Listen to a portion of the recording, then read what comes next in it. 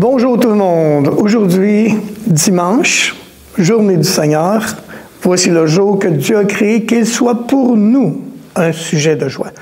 Eh bien, ça n'arrive pas tout seul. Pour qu'il soit un sujet de joie, il faut premièrement se concentrer sur le Seigneur, avoir les pensées sur Christ. Et pour vous aider à faire ça, aujourd'hui, on va partager la parole de Dieu ensemble et on va rentrer davantage, un peu plus creux sur comment entendre la parole de Dieu. Pourquoi c'est important d'entendre la voix de Dieu? Il y a plein de raisons. Des semaines passées, on a parlé que Dieu nous parle à chaque jour. Mais je suis certain qu'il y en a ici qui m'écoutent, qui disent « Mais il me semble que Dieu ne me parle jamais. » Mais ce n'est pas qu'il ne vous parle pas, c'est des fois qu'on ne discerne pas sa voix. La voix de Dieu, souvent, parle des choses ordinaires, nous parle des choses ordinaires en même temps. Et la troisième chose qu'on a dit, c'est que Dieu utilise notre conscience et notre conviction pour les petites choses. C'est comme une éducation et un test en même temps, parce que si on oublie aux petites choses, on va aller vers les grandes choses. Ce qui distingue les brebis des autres personnes, c'est qu'ils entendent la voix et ils le suivent. On a étudié ces choses-là, on a étudié un peu la différence entre le réma et le logos. Et on va rentrer davantage dans ça dans les autres émissions à venir. La deuxième semaine, on a parlé que Jésus est Seigneur. Écoutez-moi bien. Jésus n'est pas seulement sauveur. Lorsqu'on parle de recevoir Jésus dans le cœur et confesser Jésus, ce n'est pas confesser Jésus comme sauveur, mais comme Seigneur. Qu'est-ce que ça veut dire? Pourquoi c'est si important? Parce que ils entendent ma voix et ils me suivent. Ils écoutent, ils obéissent. C'est pas juste quelqu'un religieux, non, c'est quelqu'un qui écoute la voix de Dieu. Jésus est le Seigneur, il lui appartient. Alors on a parlé de ça, que Jésus est Seigneur et qu'il a un royaume et que nous sommes ses citoyens. Et comme citoyens, on doit obéir à l'autorité. Et pourquoi c'est si important? Parce que rappelez-vous, Jésus est venu ici. Le péché de l'homme n'a pas chassé l'homme du ciel. Le péché de l'homme a enlevé l'autorité de l'homme que Dieu lui avait donnée sur la terre. Et c'est pour ça que quand Jésus revient, il revient donner l'autorité à l'homme sur la terre. Et pas pour nous emmener au ciel, c'est le contraire. Pour nous, Jésus vient emmener le ciel sur la terre à travers son royaume. Et on a parlé en plus grand détail dans les semaines passées. Il y a plusieurs mondes, visibles et invisibles, et ils interactent ensemble et s'affectent réciproquement. C'est important de savoir ça parce que c'est dans le monde dans lequel on vit. On va faire quelques précisions aussi sur la voix de la conscience. C'est important de valoriser la voix de Dieu. Je pourrais remplir de versets qui vous parlent comment David respectait, valorisait la parole de Dieu. Pourquoi entendre? Parce qu'il est Seigneur. Et on ne vit pas simplement de nous-mêmes. On vit sous le Seigneur et pour faire sa volonté. Alors, si vous n'êtes pas intéressé à entendre sa voix, comment êtes-vous intéressé à faire sa volonté? Si vous n'êtes pas intéressé à faire sa volonté, comment est-il votre Seigneur? Posez-vous la question. Je dis ça parce que beaucoup de gens religieux, des fois, ils commencent, puis vous comprenez. Ils vont à l'église, ils font toutes les choses religieuses, mais ils n'écoutent pas le Seigneur. On a parlé au début de la conscience qui doit être rééduquée. Laissez-moi le redire. Votre conscience doit être rééduquée. Pourquoi? Parce que votre conscience a été éduquée par vos croyances, les croyances des parents, les éducateurs, vos expériences. Et ça vous a emmené, votre conscience agit avec l'information qu'elle a. C'est pour ça que votre conscience doit être rééduquée. Dans Hébreux 8, versets 10 à 11, il nous parle de l'alliance. Il dit, « Je mettrai mes lois dans leur esprit, je les écrirai dans leur cœur. Aucun ne vous enseignera. » Pourquoi? Parce que l'esprit va être à l'intérieur et ça va être une relation personnelle qu'on a avec le Seigneur. Et Dieu nous parle personnellement. Ou encore dans 1 Roi 19, 11 à 12, où le prophète qui était là nous parle qu'il a eu un vent fort, violent, qui déchirait même, brisait les rochers, et Dieu n'était pas là. Ensuite, il parle qu'il y a eu un tremblement de terre, Dieu n'était pas là. Et ensuite, il y a eu un feu, Dieu n'était pas là. Et ensuite, Dans le dernier verset, la Bible dit, « Et après le feu, un murmure doux et léger. » Et le prophète a entendu la voix de Dieu. Un murmure doux et léger, mais très puissant. C'est de cette façon que Dieu nous parle encore aujourd'hui. Rappelle-toi, tu es un homme spirituel, un homme intérieur. Il a des oreilles, il a des yeux pour voir. Et c'est pour ça que c'est important d'avoir les oreilles pour entendre ce que Dieu a à te dire. Lorsque tu es proche, tu n'as pas besoin de parler fort. Pourquoi? Parce que c'est un murmure que Dieu nous parle. Des fois, si tu ne portes pas attention, tu peux passer à côté. Les gens parlent, moi je prie. Non, mais la prière, c'est des requêtes à Dieu. Mais la communion, c'est un dialogue avec Dieu. La communion, elle a deux sens. On parle et on écoute. Souvent, les gens parlent beaucoup à Dieu, mais n'écoutent pas beaucoup parce qu'ils ne s'attendent même pas à ce que Dieu leur parle. Alors, la question est, quand j'entends une voix à l'intérieur, ou il me semble une conviction, ou il me semble que c'est la voix, est-ce que c'est Dieu ou Satan qui me parle? Ou est-ce que c'est moi, tout simplement? Est-ce que c'est Dieu? Est-ce que c'est Satan? Est-ce que c'est moi? Dieu peut te parler et quelques instants après, l'ennemi peut te parler en même temps. Rappelez-vous, je donne l'histoire. Dans Marc 16, ou Matthieu, 16, où Jésus est là avec Pierre et Pierre lui dit, « Tu es le Fils du Dieu vivant. » Il fait une confession pour moi. Tu es tout. Et Jésus lui dit, « Je vais construire mon Église sur cette confession. » Pas longtemps après, Jésus parle de sa mort qui va aller à Jérusalem. Pas longtemps après, il dit « À Dieu ne plaise ». La même personne dit « À Dieu ne plaise, Jésus derrière de moi, Satan ». À la même personne. Pierre vient déclarer quelque chose de glorieux et quelques instants après, c'est l'ennemi qui sort de lui. Alors, comment discerner les paroles de Dieu? Comment savoir si c'est Dieu qui me parle, c'est l'ennemi qui me parle ou c'est moi qui me parle? Alors, bonne question. Mais j'aimerais ça qu'on loue le Seigneur ensemble. Et en revenant, je vous donne les 8 questions que vous pouvez vous poser pour savoir qui vous a parlé. Je vous laisse avec ça.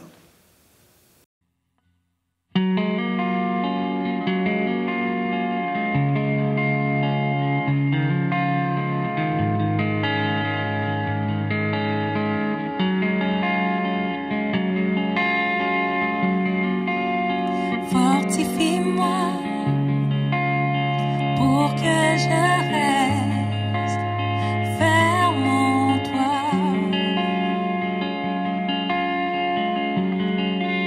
Oui, je reconnais que sans toi, je ne suis rien.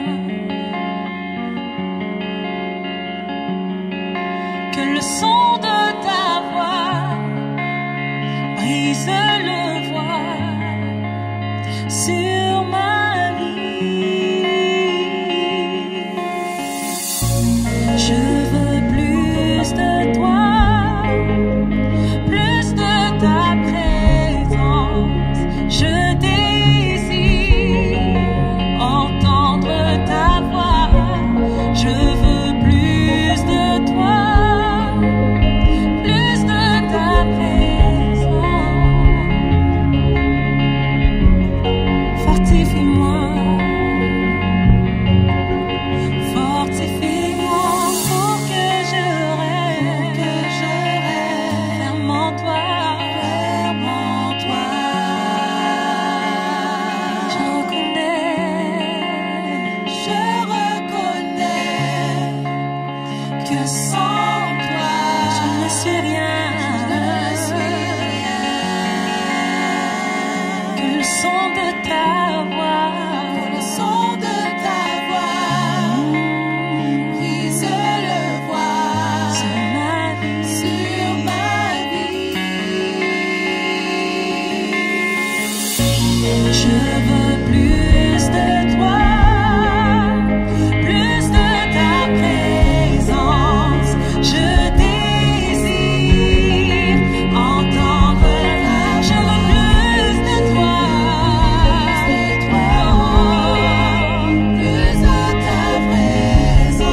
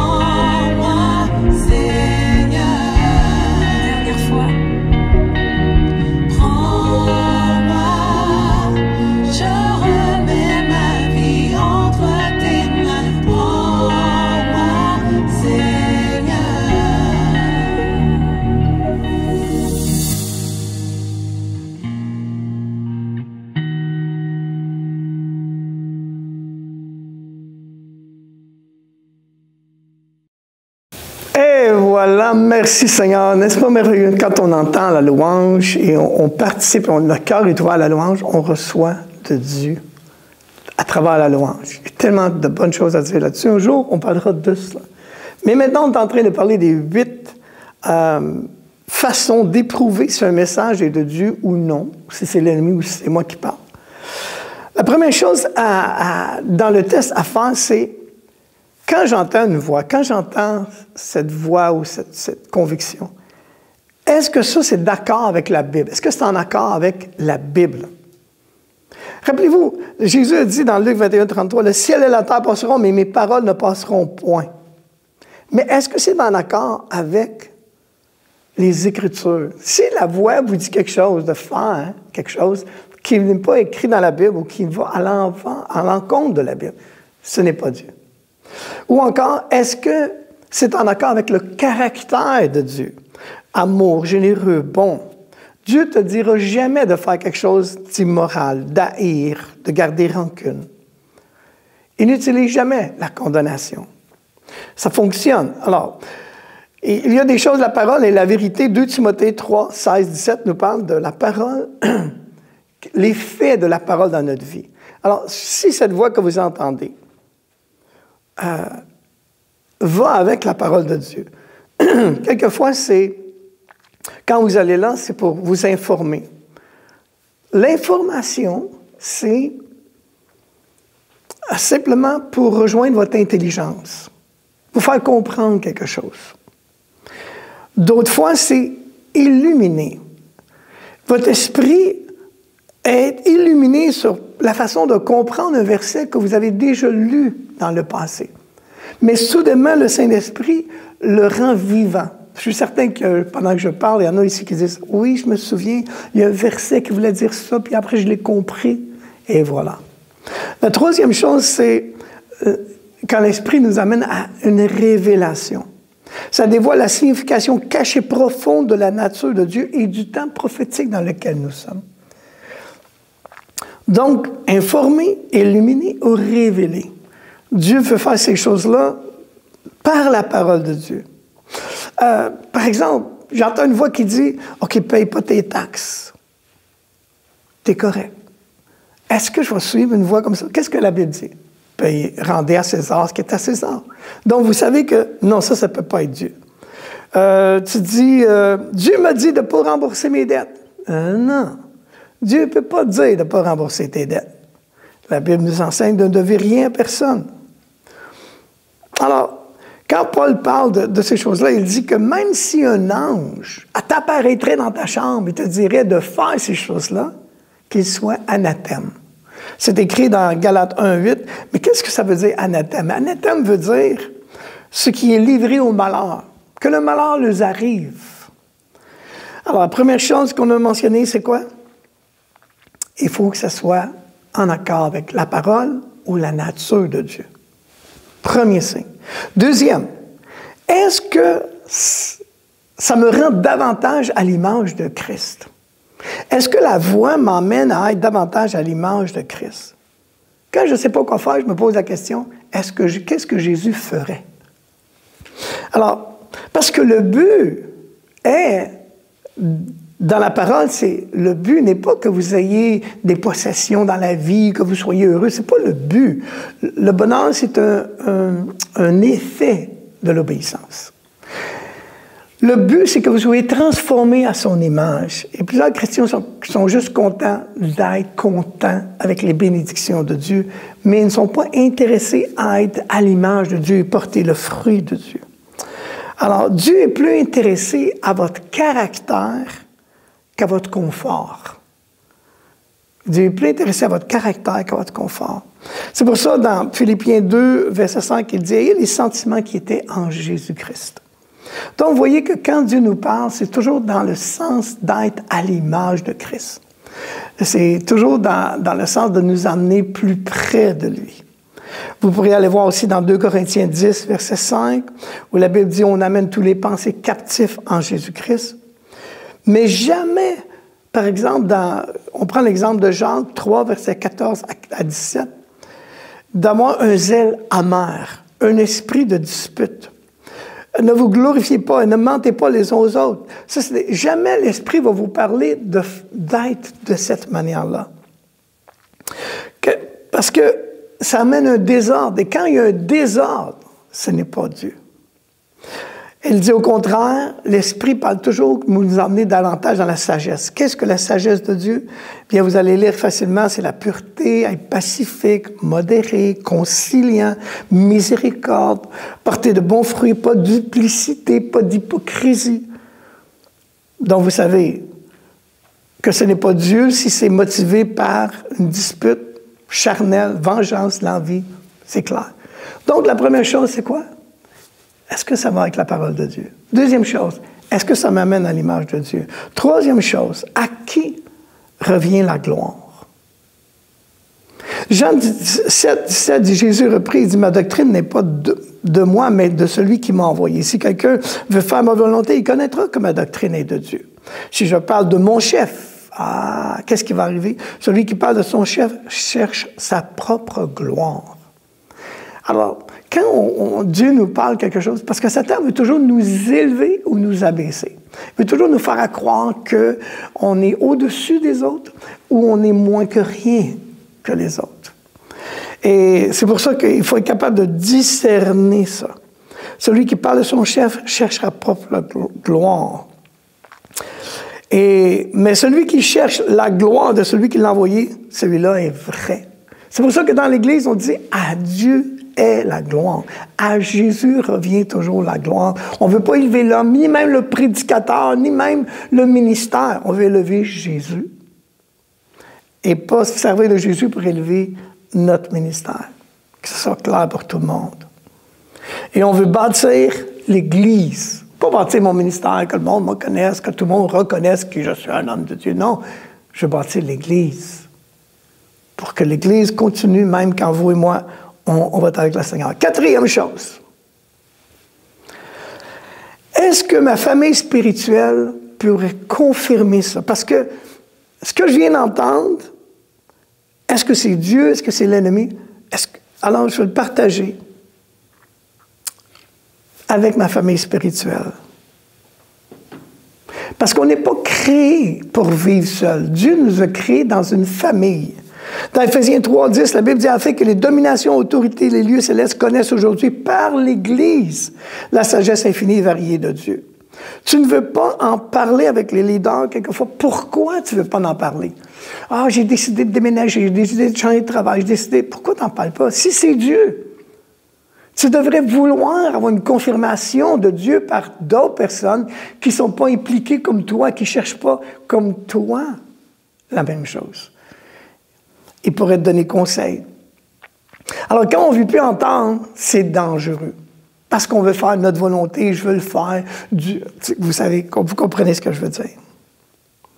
Alors, quand tu n'en parles pas avec ton leader, c'est quoi? C'est l'orgueil ou la honte. Tu sais que c'est... quelquefois, tu ne veux pas le savoir parce que tu sais que les gens ne te diront pas ce que tu veux entendre. Mais Proverbe 11, 9, 14 nous parle que le salut est dans le grand nombre des conseillers. Alors, attention à ton groupe Connect. Partage. Qu'est-ce que vous pensez de ça? C'est une protection pour vous d'être en connexion avec d'autres chrétiens, même si vous n'aimez pas ça, même si ça vous frustre quelquefois. Oui, ils vous reprennent peut-être, mais c'est bon d'être repris. Alors, certains font passer Dieu pour un débile. Pourquoi ils font passer Dieu pour un débile? Parce que Dieu me dit, avez-vous déjà entendu? Dieu me dit, Dieu me dit, Dieu me dit. Dieu. C'est comme si Dieu change de chapeau, d'idée à toutes les 5 minutes. Ben voyons donc. Alors, c'est comme ça fait passer Dieu pour quelqu'un qui ne sait pas quoi faire, il ne sait pas comment faire. Arrêtez de dire Dieu me dit à tort et à travers. Passez les tests si vraiment Dieu vous a dit. Sans avoir fait la vérification nécessaire pour reconnaître la voix de Dieu souvent, c'est simplement une excuse pour faire notre volonté. Alors, s'il y en a qui agissent de cette façon-là, je vous le dis, vous n'allez pas être contredit. Osez partager avec les autres. N'ayez pas peur. Ils vont vous confirmer, oui, c'est bon pour toi. Vas-y, as-tu prié pour ça? C'est sain. Cinquième chose. Est-ce que c'est consistant avec la façon dont Dieu m'a formé? Est-ce que c'est consistant avec la façon que Dieu m'a parlé. Quand j'entends cette voix, je me pose cette question. Vos dons, cœur, habileté, personnalité, expérience, chaque chose est formée pour une action. Chaque chose est formée pour une action. Par exemple, une pelle est formée pour quoi? Creuser. Un marteau, formé pour quoi? Frapper. Vous aussi, spirituellement, vous êtes formés pour faire certains ministères, certaines actions. Alors, si quand Dieu vous parle, ça ne va pas du tout avec tout ce que Dieu vous a donné comme habileté, posez-vous la question.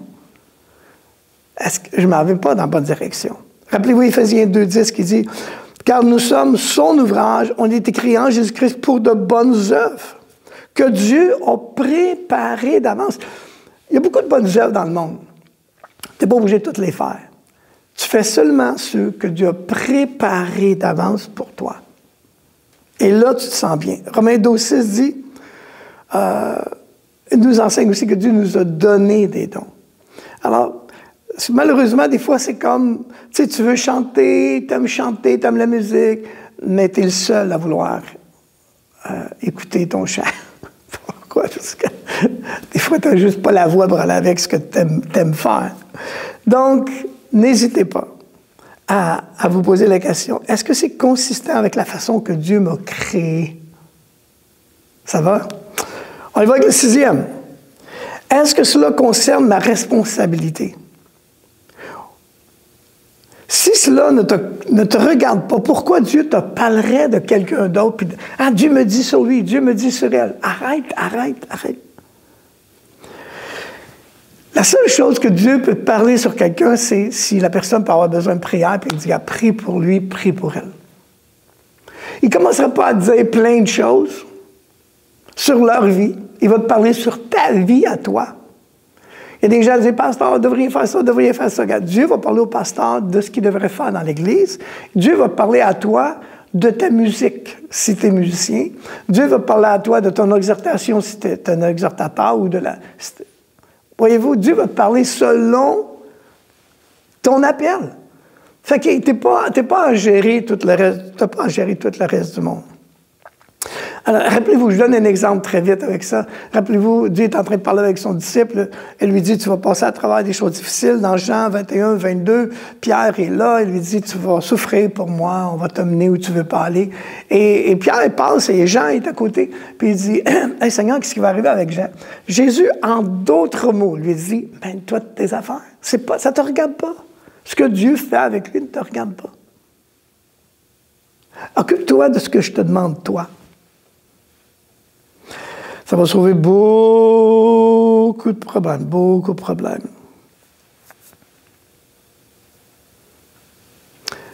Faites donc attention de ne pas parler des autres, de ne pas médire, pas de commérage, pas de murmure.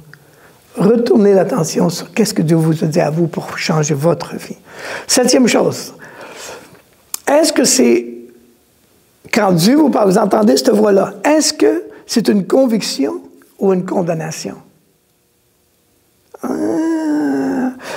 C'est différent. Une conviction vient de Dieu. Parce que Dieu corrige ses enfants. Si vous n'êtes jamais corrigé, vous n'êtes pas un enfant de Dieu. Mais quand Dieu vous corrige, il y a une tristesse, mais qui est bonne. Parce que ça vous amène à la repentance. Contrairement à la tristesse du monde qui est mauvaise, ça amène à une dépression. Donc, quand Dieu parle, c'est plus une conviction qu'il vous donne. Et il vous amène à une réalisation. Tandis qu'une condamnation, Satan est l'accusateur du frère. Quand tu te sens toujours accusé et tu es porté à accuser les autres, c'est là que tu dois savoir que ça, c'est pas Dieu. Romains 8.1 dit, il n'y a aucune condamnation pour ceux qui sont en Jésus-Christ. Révélation 3.19 nous parle que Dieu nous convainc. Pourquoi? Parce que Dieu, en travers Jésus, a pris la condamnation sur lui. Donc, il ne vient pas vous condamner, il vient vous reprendre, il vient vous convaincre. Mais quand vous vous sentez condamné, pas digne de parler avec Dieu, que Dieu vous rejette, Dieu vous aime plus, ça, c'est l'ennemi. La 8e chose, Vous avez pris des notes? Ah. La 8e chose. Est-ce que, quand je reçois cette voix-là, est-ce que je ressens la paix de Dieu? Ou est-ce que je suis confus? Ah, Dieu me demande de faire quelque chose. Je me souviens un jour, je ne voulais pas entendre la voix de Dieu. Pourquoi? Parce que j'avais peur que Dieu m'envoie quelque part en Chine missionnaire. Puis je me disais, mais c'est pas ça que je veux faire là. Fait que je ne demandais pas à Dieu. Je ne voulais pas entendre sa voix parce que je voulais pas... Parce que j'avais un mauvais concept de ce que Dieu était pour me demander. Ça amène la dépression, la confusion. Non, ce n'est pas ça. 1 Corinthiens 14, 33. Satan veut toujours pousser ou nous attirer par la convoitise. Dieu, lui, nous inspire et nous conduit dans la paix. Quand il n'y a pas de paix à l'intérieur de vous, arrêtez. Attendez la paix. Colossiens 3,15 nous parle de ça. Philippiens 4, versets 7 à 8, dit « Ne vous inquiétez de rien, mais en toute chose, faites connaître à Dieu vos besoins par la prière et la supplication avec des actions de grâce et la paix de Dieu, qui surpasse toute intelligence, gardera vos cœurs en Jésus-Christ et vos pensées en Jésus. » Donc, si vous n'avez pas la paix, ça vous a parlé, tu devrais faire ça, tu devrais faire ça. Une action, achetez ceci. Arrêtez. Attendez que la paix règne sur vous. Proverbe 22, 17 ou encore Colossiens 3, 15 nous parle de la paix qui doit régner comme un empire. Car après sa résurrection, la première chose que Jésus a dit, c'est que la paix soit avec vous. Est-ce que vous vivez dans la paix? Est-ce que vous êtes bien dans la paix? Alors, la paix, c'est ce que Jésus nous a donné à un grand prix. On a la paix avec Dieu parce qu'il est mort sur la croix pour nous. Et on a la paix de Dieu lorsqu'il vient habiter à l'intérieur de nous. Est-ce que vous avez la paix de Dieu? Est-ce que vous avez la paix avec Dieu? Ma question pour vous aujourd'hui, est-ce que vous obéissez au Seigneur? Est-ce que vous avez faim d'entendre sa voix? Est-ce que vous voulez même entendre sa voix? Sinon, c'est parce qu'il n'est pas l'autre Seigneur. Si vous n'avez pas de paix, il n'est pas le Seigneur. Cette voix n'est pas de Dieu. Alors aujourd'hui, j'aimerais que tout le monde ait cette occasion, avec votre permission. Je vais faire une prière qui va inviter le Seigneur Jésus à entrer.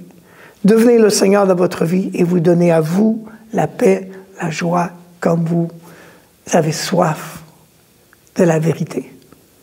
Faites simplement cette prière et dites-lui, Seigneur Jésus, entre dans mon cœur. Dites-le avec votre parole aussi. Seigneur Jésus, entre dans mon cœur. Sauve-moi et délivre-moi. Je t'accepte comme le Seigneur de ma vie. Donne-moi ta paix. Pardonne-moi. À partir de maintenant, dans le nom de Jésus. Amen. Maintenant, vous avez prié, eh bien, n'hésitez pas à aller sur le site web de mcigc.ca et vous allez avoir tous les moyens d'avoir de l'aide, communication, on va vous aider à grandir dans le Seigneur. Pour les autres, je vais vous demander de reviser, quand vous entendez la voix de Dieu, reviser les 8 points que j'ai mentionnés. Pourquoi? Parce que c'est important de ne pas suivre les voix. Parce qu'il y a toutes sortes de voix. La semaine prochaine, je vais vous parler des différentes voix que vous pouvez entendre. Et comment on peut être confus si on ne comprend pas ça. Mais déjà, je vous ai équipé cette semaine que vous puissiez entendre la voix de Dieu, marcher dans la paix, avoir l'assurance que c'est Dieu qui m'a parlé et non pas l'ennemi. C'est Dieu qui m'a parlé et ça ne vient pas de moi. Ça vient vraiment de mon Papa céleste. Et là, vous allez être de ceux qui disent, Jésus a dit, ils entendent ma voix et ils me suivent. Vous allez être de ces personnes-là. Alors, après la prédication, il va y avoir des chants. Restez là. Communiquez ensemble. Chattez ensemble. Encouragez-vous ensemble. Restez pas simplement seul. Et si vous n'êtes pas dans un groupe Connect, faites partie du groupe Connect, allez-y, Dieu est avec vous et il va y avoir quelque chose de glorieux qui va se passer. Alors, le temps a passé très vite, on a été capable de communiquer des choses, mais c'est important pour vous et moi qu'on soit équipés à connaître la voix de Dieu. Aujourd'hui, je vous souhaite une semaine remplie de sa grâce, de son amour et de la paix de Dieu. Que Dieu vous bénisse abondamment. Allons vers la louange maintenant. Quel temps extraordinaire nous avons passé tous ensemble. Je voudrais aussi prendre le temps de remercier l'équipe créative qui nous bénit à chaque semaine. Je vais aussi vous rappeler que ce soir, nous avons la soirée guérison à 18 h sur Facebook Live. Donc, je vous souhaite de passer une excellente semaine, un très bon dimanche et à la prochaine.